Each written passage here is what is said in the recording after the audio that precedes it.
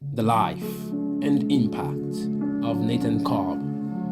Nathan Augustus Cobb was born on the 30th of June 1859 in the small beautiful town of Spencer, located in Worcester County, Massachusetts, the United States of America. He was the only son of William Henry and Jane A. Cobb, and had to support himself at the age of 14 as a farm laborer, while also acting as a groundkeeper and stable boy at age 17. His love for biology and the environment began to come alive suddenly, and he found himself purchasing a microscope. He became a teacher in 1877 and commenced studying chemistry at Worcester County Free Institute of Industrial Science. Following that, he became a professor of natural science at Williston Seminary, East Hampton, Massachusetts between 1881 and 1887. Cobb moved to the University of Jena, Germany, where he obtained his PhD in 1888, studying under Ernst Haeckel, a renowned scientist. His thesis was on new nematode species, including a description of Ascaris ucantali from a beluga whale.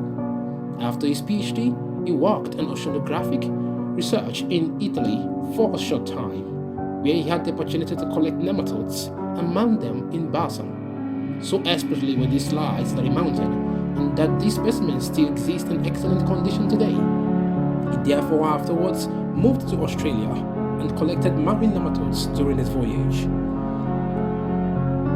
Then, when he got to Australia, he found it difficult to find a job and started selling watches, oil and soap.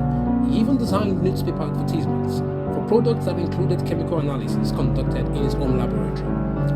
Finally, he found a job and became plant pathologist in the New South Wales Department of Agriculture in Australia. He was able to work on wheat varieties and wheat rust and other problems in vegetable and sugarcane. His work on nematodes continued, and he published his first paper on Tyloncus and root galls, which appeared in the Agricultural Gazette of New South Wales in 1890. He never knew that the Oterodera and Melodina names had already been proposed to those gall-forming nematodes he wrote about. Afterwards, there was a turn of events, and between 1898 and 1904, he was able to leave New South Wales and proceed to the experiment station of the Hawaiian Sugar Plantations Association in Honolulu as a plant pathologist, where he investigated the nematodes found in sugarcane fields.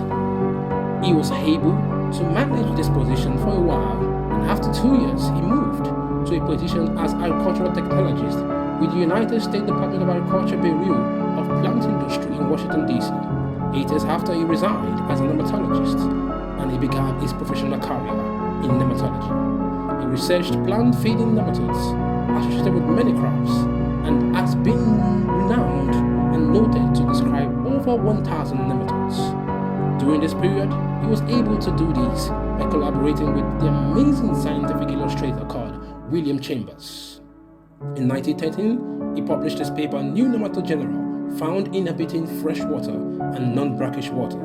Among his amazing achievements are the creation of the Cobb slides, which we still use today.